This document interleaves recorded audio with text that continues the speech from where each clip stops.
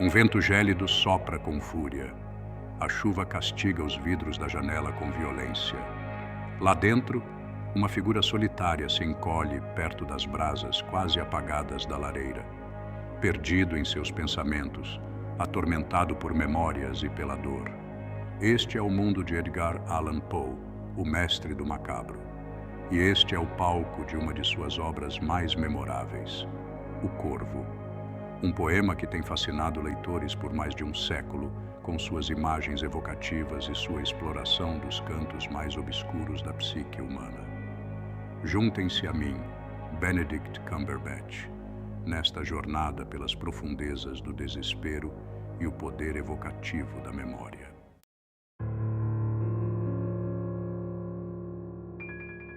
Edgar Allan Poe, um nome que evoca o gótico e o macabro. Sua vida, assim como suas obras, foi marcada pela escuridão. O Corvo, publicado em 1845, se destaca como um testemunho da genialidade de Poe. Um poema narrativo perturbador que explora o amor, a perda e a dor. O grasnar implacável de nunca mais do pássaro se torna um prenúncio de desespero eterno.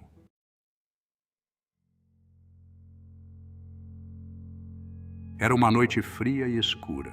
Essas primeiras palavras, ditas em um tom abafado, estabelecem imediatamente a atmosfera do poema. É meia-noite em ponto, a hora das bruxas, como dizem por aí. Um momento em que as sombras se alongam e o véu entre os mundos se torna mais tênue. A palavra escura paira no ar. Ela fala de uma tristeza profunda, uma tristeza generalizada que impregna o próprio ser do narrador. Essa não é simplesmente uma escuridão física, mas sim uma escuridão da alma, sabe? Encontramos nosso narrador abatido e cansado, imerso em tomos antigos de sabedoria esquecida. Ele busca consolo no conhecimento, tentando se distrair da dor que lhe corrói o coração. A luz bruxuleante das velas projeta sombras dançantes nas paredes, criando uma atmosfera inquietante.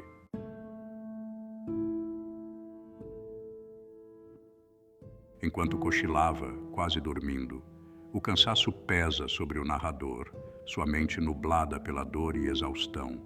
Ele luta para se manter acordado, agarrando-se às palavras à sua frente como a uma tábua de salvação. Mas seu domínio sobre a consciência é tênue.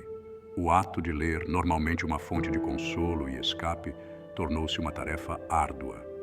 As palavras se confundem, seu significado se perdendo na névoa de seu desespero. Ele está à deriva em um mar de melancolia, seu espírito afundando lentamente sob as ondas. De repente, um som corta o silêncio. Uma batida, fraca, mas distinta, na porta de seu quarto.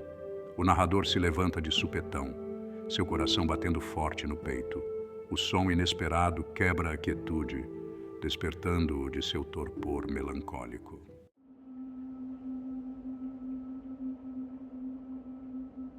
É alguma visita, murmurei, a bater na porta do meu quarto. Só isso e nada mais. O narrador tenta racionalizar as batidas. Busca uma explicação lógica, agarrando-se desesperadamente ao ordinário. Ele repete a frase, só isso e nada mais, como se estivesse tentando convencer a si mesmo. Mas a repetição entrega sua crescente inquietação. As palavras soam vazias, até mesmo para seus próprios ouvidos. A primeira estrofe termina com uma nota de suspense.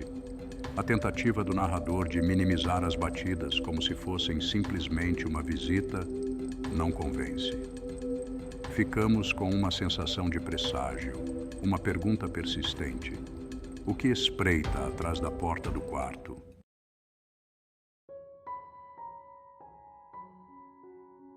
Lembro-me claramente que era no soturno dezembro. A segunda estrofe nos mergulha ainda mais na desesperança do narrador. A menção a dezembro, um mês frequentemente associado à morte e à dormência, intensifica a atmosfera melancólica do poema. A palavra soturno cria uma imagem vívida da crueza da estação. Fala de um frio que penetra além do mundo físico e atinge a alma do narrador. A natureza reflete a sua agitação interior. As lembranças do narrador estão entrelaçadas com o frio do inverno. Ele está preso em um ciclo de sofrimento, incapaz de escapar das garras gélidas de sua tristeza. Dezembro se torna um símbolo do seu estado emocional.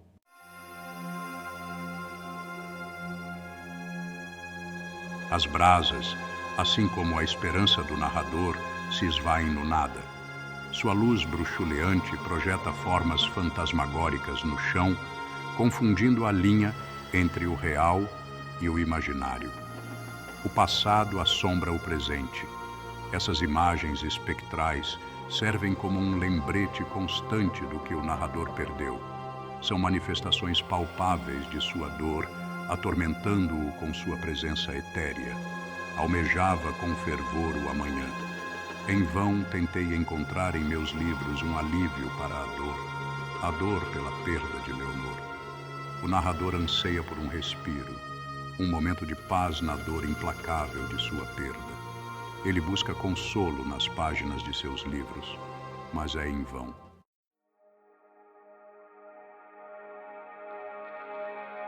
Pela excepcional e radiante donzela, a quem os anjos chamam de Lenore, sem nome aqui para sempre. O nome Lenore, pronunciado 2 vezes em rápida sucessão, permanece suspenso no ar. É um nome que evoca tanto amor quanto uma perda irreparável, um vazio que nem a saudade consegue preencher. Lenore, descrita como excepcional e radiante, é claramente mais do que uma simples lembrança para o narrador. Ela é uma figura idealizada, um anjo que um dia agraciou sua vida com sua presença. Sua perda o jogou em um abismo de tristeza, um luto profundo e inconsolável. A repetição da frase, sem nome aqui para sempre, enfatiza a irreversibilidade da morte, como um epitáfio sussurrado ao vento. Lenore se foi. Seu nome agora é apenas uma brisa que sopra entre as lembranças. Ela existe apenas nas memórias do narrador, fragmentos de um passado que a morte congelou no tempo. A chegada do corvo é iminente, e com ela, a lenta e tortuosa descida à loucura.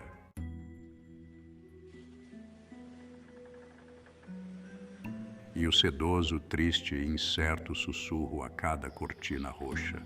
A terceira estrofe introduz um novo elemento na atmosfera do poema. Uma sensação palpável de inquietação. As cortinas sussurrantes, aparentemente insignificantes à primeira vista, adquirem uma qualidade sinistra. O uso da palavra incerto é crucial aqui. Sugere uma falta de controle, uma sensação de que algo está errado, como um presságio ruim. O narrador, já no limite, se assusta facilmente com essa sutil perturbação. Seu santuário, seu refúgio, está sendo invadido pelo desconhecido. As cortinas, descritas como sedosas e roxas, evocam uma sensação de luxo e decadência, como um antigo casarão brasileiro. No entanto, nem mesmo esse ambiente opulento, essas paredes cheias de história, pode proteger o narrador da crescente escuridão que o rodeia. Seu mundo está se fechando, como as paredes de um casarão antigo que o comprimem. Ao próprio sussurro é dada uma qualidade quase tangível, como um vento que arrepia a pele através do uso da onomatopeia.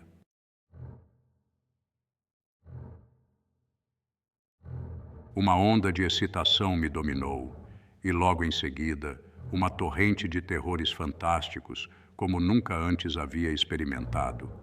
A reação do narrador às cortinas balançando é reveladora. Ele é dominado por terrores fantásticos, medos irracionais que o consomem por completo. A palavra excitação sugere uma sensação prazerosa e perturbadora ao mesmo tempo, uma espécie de arrepio na espinha. O narrador está aterrorizado e, ao mesmo tempo, estranhamente atraído pela invasão do desconhecido em sua solidão. Seu coração dispara, o pulso acelerado a cada segundo que passa. As sensações físicas do medo refletem sua crescente angústia psicológica, como um aperto no peito. Ele está perdendo o contato com a realidade, como se estivesse em um transe. Esses terrores fantásticos não são apenas produto de uma imaginação febril, mas algo muito mais profundo e sinistro.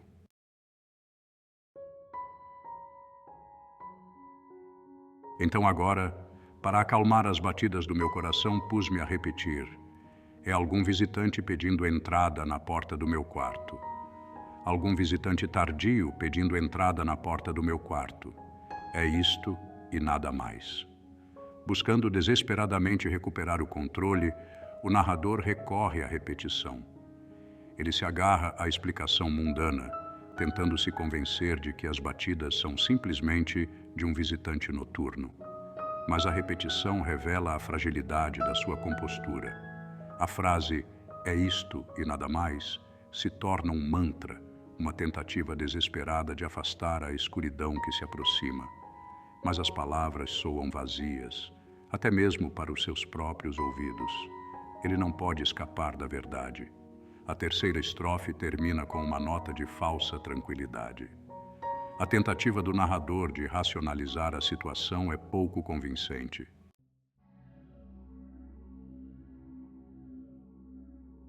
Nesse instante, minha alma se fortaleceu, sem mais hesitar. A quarta estrofe marca uma mudança na dinâmica do poema. O narrador, movido por uma breve onda de coragem, decide enfrentar a fonte das batidas misteriosas. Essa nova determinação, no entanto, está mesclada com apreensão. A frase "nesse instante, minha alma se fortaleceu" sugere um reforço temporário de valentia, um desafio fugaz contra o medo invasor. O narrador ainda está com muito medo, mas não se contenta mais em se esconder nas sombras. Ele enfrentará a escuridão, mesmo que ela o consuma. Sua curiosidade, misturada com uma necessidade desesperada de dissipar a incerteza, o impulsiona para a frente. As palavras "sem mais hesitar" transmitem uma sensação de urgência. O narrador, cansado do tormento mental, decide agir.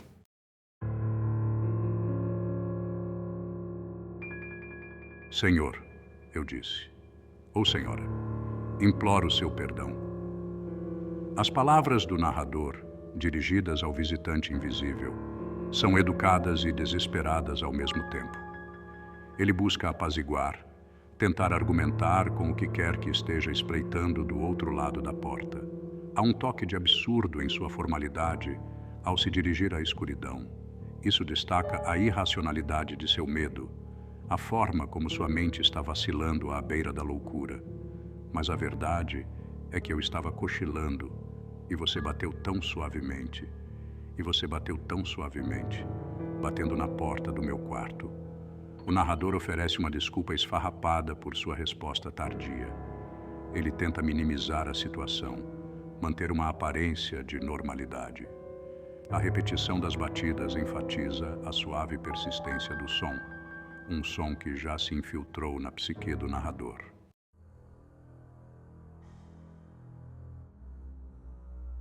Que eu tinha certeza de ter ouvido. Aqui abri a porta totalmente. Escuridão lá e nada mais. Ele abre a porta com tudo, esperando. O quê? A ausência de uma presença tangível é mais inquietante do que o aparecimento de uma criatura assustadora. O palco está montado para a chegada do corvo, um prenúncio de desespero.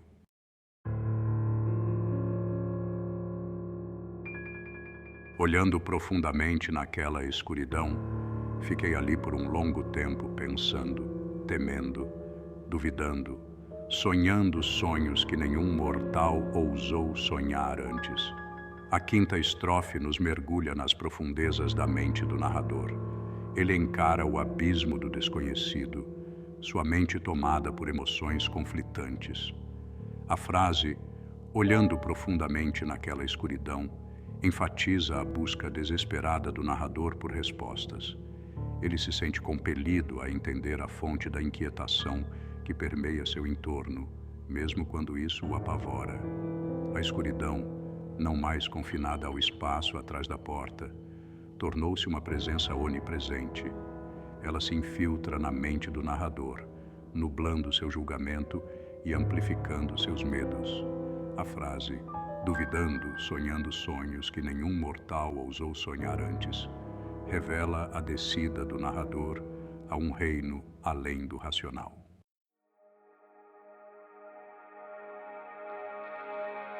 Mas o silêncio persistia, inabalável, e a quietude, impassível. E a única palavra pronunciada foi um sussurro. Leonor. O silêncio, mais opressivo que qualquer ruído, torna-se uma presença palpável no recinto. Ele oprime o narrador, sufocando-o em seu vazio. A quietude é descrita como impassível, transmitindo uma ausência total de qualquer sinal ou indício. O narrador está completamente só em seu desespero, isolado tanto do mundo físico quanto do espiritual. A palavra Leonor, pronunciada em um sussurro, quebra o silêncio. Um pedido desesperado por conexão, por consolo, por algum sinal de que ele não está sozinho em sua dor. O nome, pronunciado com uma mistura de saudade e medo, ecoa no ar.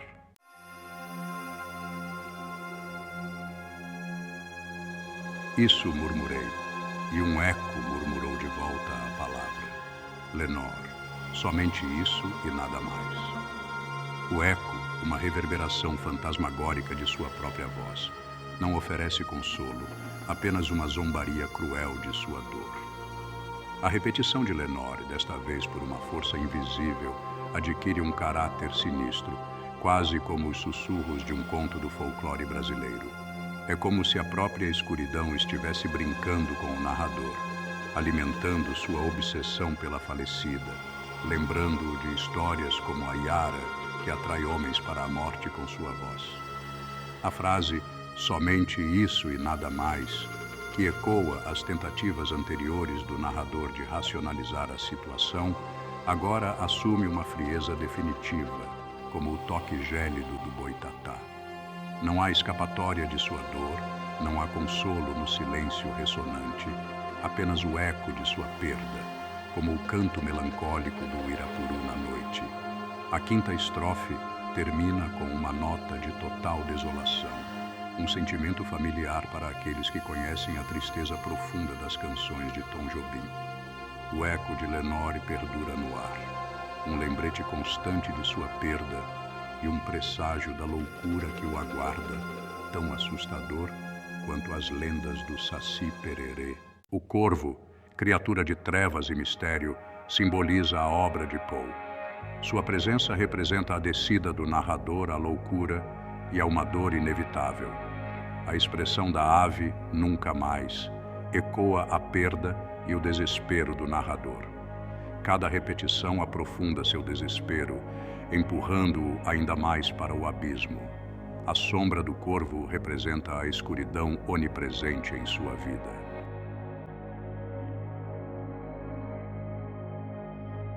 O corvo é mais do que uma história assustadora de um homem atormentado por um pássaro.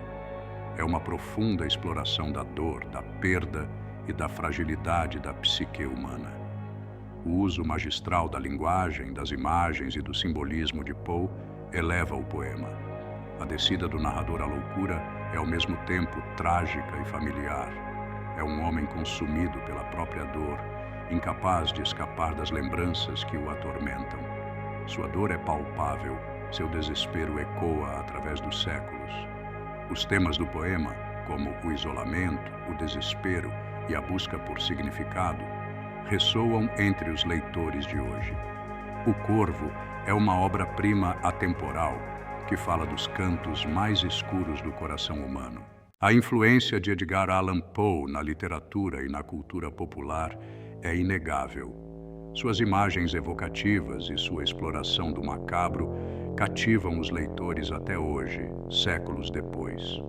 O Corvo continua sendo uma das obras mais memoráveis e duradouras de Poe. Sua influência se estende à literatura, ao cinema, à música e às artes plásticas. O legado de Poe transcende as páginas, ecoando em diversas formas de expressão. Ele é o mestre do macabro, inspirando gerações futuras com sua genialidade sombria.